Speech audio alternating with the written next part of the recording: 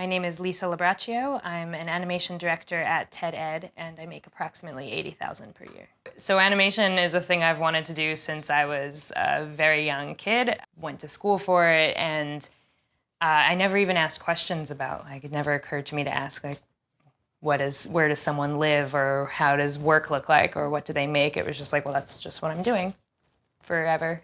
And so I never thought about it at all. So I went to a private school to study animation. I'm actually the first generation in my family that's gone to college. So that was really important to all of this generation of my family. My dad left high school. I think he went to ninth grade and then stopped going to school. He worked in a factory.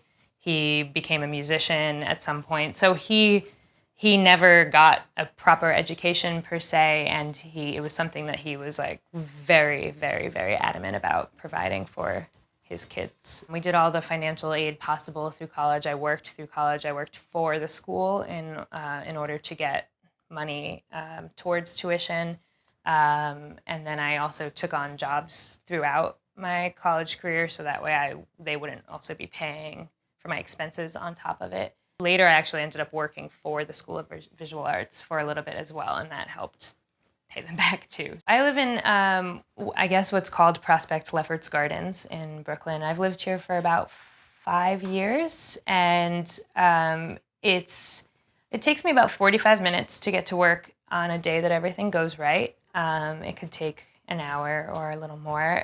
I've figured out a way to not spend a ton of money on rent and things like that. So I share an apartment space with basically a brownstone in Brooklyn with friends and longtime friends, and we share most of our expenses. So that totally saves a bunch of money. I think that it's safe to say that if I were to move into my own space and be able to maintain my home office setup, so to have enough space to do that, to live and work from home.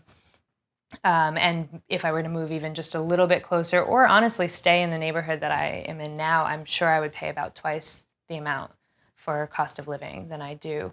So that is an important decision that I made in order to stay here, but also in order to just maintain a lifestyle that I like and that I feel comfortable in. New York has very high rent, but it also just is very expensive to eat and to breathe here. So yeah, it does have a lot of expenses that maybe I wouldn't incur in other places.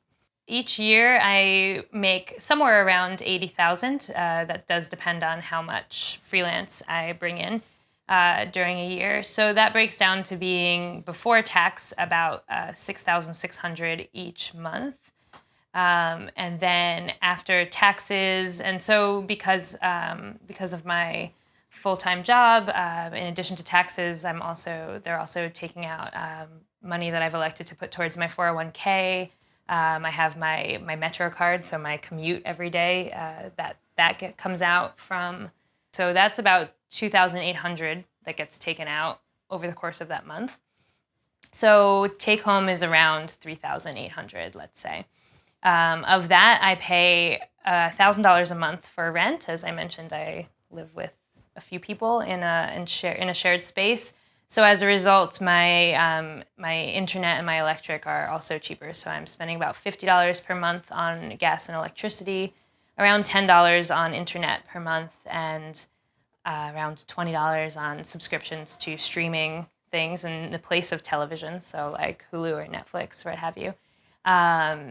And for my cell phone, I share my phone with my family, my phone bill with my family. So I only put forth about 20 or so a month for that. So all of these are far reduced costs, thanks to the commune. And in addition to my subway, I also pay for a city bike for the bike share in New York City. So that, I guess, comes out to being around $15 per month. Fortunately not putting money towards student loans. And every month I'm probably spending around $200 on groceries. And some of that is reduced because, again, because I'm sharing it with a lot of people. So we get to share the bigger expenses like household goods. But also I'm part of what's called a community-supported agriculture program in Brooklyn. So I know a lot of cities have this. It's called a CSA for short, and that's you pay advance into a program that gets you food from a local organic farm. So ends up saving me a ton of money because I pay about $300 for about 6 months of veggies and eggs and fruits. So that's really great. Otherwise, I've totaled that I spend about $35 a week on coffee, which equals $140 per month, which is crazy. And otherwise, I decided at some point to leave the gym because it was very expensive, and I instead do yoga at home and go running in the park that's very close to my house. So I try to do that in the place of paying for that sort of thing. And then on personal care, I'm spending around $100 per month, and for entertainment and restaurants, so just being in New York City, I would guess that I'm spending around $1,000 per month. After all of those deductions, it would seem that I have about $1,240 left over at the end of a month.